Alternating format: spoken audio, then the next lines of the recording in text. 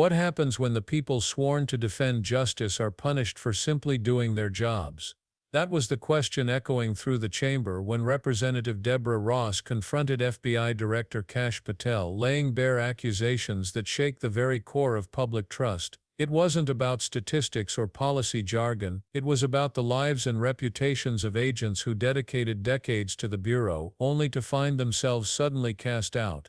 From the first words, Ross's interrogation made one thing clear: this was no routine oversight hearing. This was an unmasking of contradictions, where promises made under oath collided with actions that suggested something far darker. I'm going a little out of order here because I'm going to pursue some of the things that you were just talking to Mr. Fry about and remind you about your confirmation hearing. At your confirmation hearing in January, you said under oath, and I quote, "There will be no politicization at the FBI. There will be no retributive actions taken by the FBI should I be confirmed." And in your written response to the Senate questionnaire, you said, I quote, "Personnel decisions shall be based on performance and adherence to the law. And every FBI employee will be held to the absolute same standard, and no one will be terminated for case assignments." So I want to just go through a couple scenarios with you to get a sense of whether you think these are examples of politicization of the FBI or making decisions based on the performance and adherence to the law. So, first question. Would hiring FBI agents, analysts, and supervisors from only one political party being politicization of the FBI or making personnel decisions based on performance and adherence to the law? We don't ask FBI people, applicants, where their political parties are.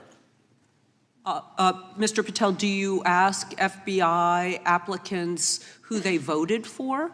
The FBI does not. Are you aware that in the lawsuit that Mr. Driscoll filed against you and the FBI, he was asked who he voted for? Since that lawsuit has been filed, that's ongoing litigation, I'm not able to comment. Well, but it also means that you just said that what happened in his situation didn't happen. So we will go on to the next question. Let me ask you an even easier one. Does firing agents for working on the cases that they were assigned to and that the president didn't like, is that politicization of the FBI or making personnel decisions based on performance and adherence to the law? The FBI doesn't terminate anyone based on case assignments alone. Has the FBI ever been sued by somebody who felt that they were terminated based on case assignments? In the entire history of the FBI, I'm sure they have. No, since your tenure. I'm sure there's ongoing litigation. Yes. In fact, there is ongoing litigation. And in fact, people have been asked who they voted for. And in fact, you are running an FBI for the President of the United States rather than the people of the United States, because my questions were not hypotheticals. They are the things you have done during your tenure. And according to a lawsuit filed last week by long-term FBI agents, you fired former acting director Brian Driscoll.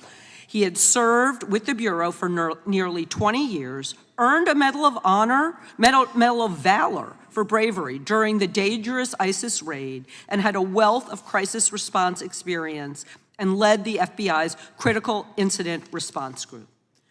When the Trump administrations interviewed Mr. Driscoll for that role, they interrogated him about his political leanings and who he voted for in the last 5 elections. Questions Mr. Driscoll refused to answer because those types of questions impermissibly politicized the FBI. You also fired Steve Jensen, who served the FBI for nearly 2 decades and ran critical terrorism, counterintelligence, and organized crime operations, whom you once described as embodying what the American public demands of the FBI. But he was fired because he took part in investigating crimes committed on January 6th. And Trump's MAGA base lambasted you online for keeping him at the FBI. So he's no longer at the FBI. You also fired a decorated combat veteran with decades of experience in the Bureau, Special Agent Walter Jardia, because he worked on the investigation into the Russian interference in the 2016 presidential election and helped investigate Trump's ally, Peter Navarro. Director Patel, it is very clear that you have flunked your own test. You've put saving your job, which I actually believe you were being honest about during your confirmation hearings, over doing what's right for the FBI and the American people. That is not adherence to the law. Thank you, and I yield back. Time of the gentleladies. During his confirmation, Patel had looked senators in the eye and sworn that the FBI would never be politicized under his leadership. He promised there would be no loyalty tests, no political litmus questions, no retribution against agents who were assigned to sensitive cases. Personnel decisions, he vowed, would always be based on performance, adherence to the law, and nothing else. Those words were meant to reassure Congress and the public that the FBI would remain independent, impartial, and untouchable by politics. Yet Ross wasted no time reminding him of that vow before stacking the evidence that suggested the opposite. For viewers, the opening exchanges were gripping not because of abstract theory, but because of what was at stake: the independence of America's top law enforcement agency. Ross began with a simple test of principle. Would hiring agents only from one political party, she asked, be considered fair and lawful, or would it be politicization? Patel dodged. He insisted the FBI does not ask about political affiliation, but Ross pressed harder, citing a lawsuit that revealed precisely that kind of questioning had taken place. She asked him directly whether FBI applicants or staff had been asked who they voted for. His reply was cagey. The FBI, he claimed, does not engage in such questioning. Yet the lawsuit from a long-serving FBI leader alleged otherwise. That contradiction cut to the heart of the issue. If the FBI director himself says it doesn't happen, but sworn legal documents say it does, who can the public trust? That question hung heavy in the room, setting the tone for everything that followed. The first case Ross highlighted was that of Brian Driscoll. His name alone carried weight inside the Bureau. For nearly 20 years, Driscoll served with distinction, eventually rising to acting director of a critical division. He had been decorated with a Medal of Valor after showing bravery during a dangerous ISIS raid, a credential that should have cemented his reputation as an asset to the Bureau. But when the time came for his promotion interview, things veered into troubling territory. Instead of focusing on qualifications, Driscoll was grilled about his political views. He was asked who he voted for in recent elections, probing into his private choices in a way that clashed directly with the principle of nonpartisanship. He refused to answer. For that he paid the price. According to the lawsuit Ross referenced, Driscoll was sidelined and ultimately fired. In one blow, a veteran agent decorated for valor was discarded, not for misconduct, not for failure, but because he refused to pledge allegiance to a political test.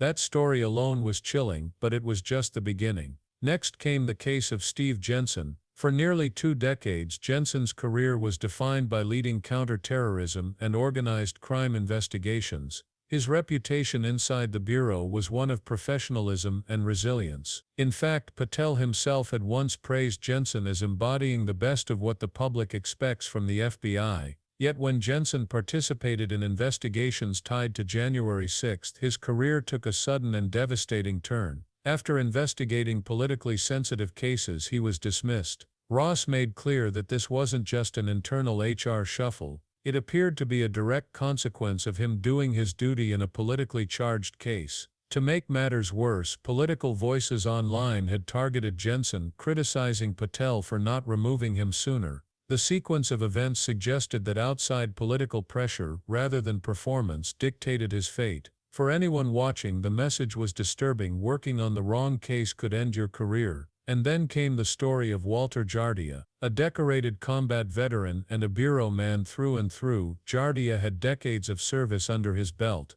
His expertise was critical in high-profile national security cases, including investigations into foreign interference and high-level political allies. His resume should have shielded him from doubt. Instead, it placed him squarely in the crosshairs. Jardia had been part of the investigation into foreign election meddling, and his work extended to probing one of the nation's most politically connected figures. Soon after, he too was dismissed. Ross framed it starkly: 3 men, 3 decades-long careers, all ended after their assignments placed them in politically sensitive terrain. The pattern was undeniable, and Patel's denials began to sound hollow under the weight of specific names and facts. At this point, the hearing took on the feel of a courtroom drama. Ross wasn't dealing in hypotheticals. She said as much: these aren't imaginary scenarios, they are the things that happened during Patel's tenure. Each name she introduced wasn't just a person, it was a piece of evidence. Driscoll's valor, Jensen's expertise, Jardia's combat record.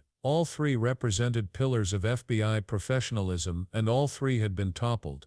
The cumulative effect was devastating. For viewers, it became clear that Ross wasn't simply accusing Patel of breaking promises, she was painting him as a director who traded the Bureau's credibility for his own survival in a political storm. What made Ross's line of questioning so powerful was how it peeled away the layers of rhetoric and forced a confrontation with consequences. This wasn't just about individuals losing jobs, it was about whether America's most powerful investigative body was still capable of acting independently. If agents are punished for taking politically inconvenient cases, what happens to the investigations that touch powerful people? What happens to national security if experience and courage are discarded in favor of political loyalty? These questions weren't left hanging, they were driven home with every name Ross invoked. By linking these firings to Patel's own words from his confirmation hearing, Ross made the stakes clear. Under oath, Patel had vowed that performance and adherence to the law would be the sole standards. Yet the evidence showed otherwise. In each case, performance was exceptional. Law was upheld. The only common denominator was politics. That's why Ross's final words cut with such force. Patel had flunked his own test. He had chosen self-preservation over principle, his job over the Bureau's integrity. For those watching, the scene crystallized into a story about betrayal, not just of agents but of the American people who rely on institutions to protect them without bias. Beyond the drama of individual cases, Ross's questioning highlighted a much larger concern: the erosion of institutional credibility. The FBI is not just another workplace, it is a cornerstone of law enforcement and national security. Its agents wield immense power, from counter-terrorism to organized crime, from cyber attacks to public corruption. When the public believes those decisions are influenced by politics, the damage isn't just internal, it reverberates through democracy itself. Trust in law enforcement is fragile, built on the perception of fairness. Once that perception shatters, it becomes almost impossible to rebuild. Ross made it clear: when law enforcement decisions serve political interests, justice itself is at risk. The hearing also served as a reminder that oversight isn't a formality, it is a lifeline. Without lawmakers pressing these questions, the public might never hear about the firings of Driscoll, Jensen, or Jardia. Without transparency, patterns of politicization would remain hidden. Ross's insistence on connecting Patel's promises to his actions underscored why accountability matters. It isn't about embarrassing leaders or scoring political points, it's about protecting the principles that ensure agencies like the FBI operate for the people, not for the powerful. For viewers, this clash carried lessons that extend far beyond the walls of Congress. It illustrated how fragile the balance is between independence and influence, between law and politics.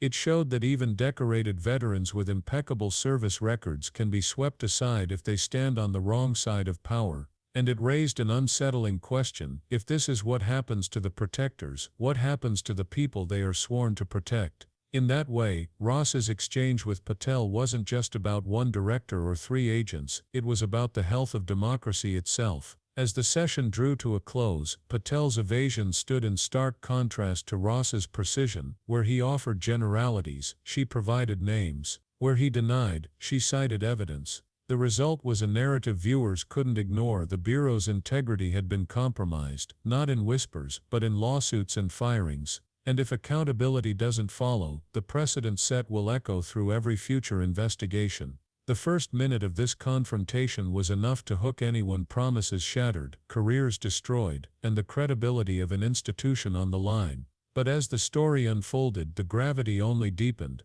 It wasn't just shocking, it was a wake-up call. Because when institutions bend to politics, they stop serving the people. And when that happens, democracy itself begins to erode. What viewers witnessed in that hearing wasn't just oversight, it was accountability in its rawest form. It was a reminder that leadership in law enforcement must be measured not by loyalty to political figures, but by loyalty to the law and to the people it protects. Ross's line of questioning wasn't just about the past, it was a warning about the future. And it leaves us with a responsibility to stay informed, to ask the hard questions, and to demand that our institutions live up to the promises made in our name. So if this breakdown left you thinking, if it made you question how independent our institutions really are, don't just move on, stay with us. Hit that like button, subscribe to the channel, and share this video so more people can see the full picture. Because in times like these, awareness is power, and the more we shine a light on what's happening, the harder it becomes for power to hide in the shadows.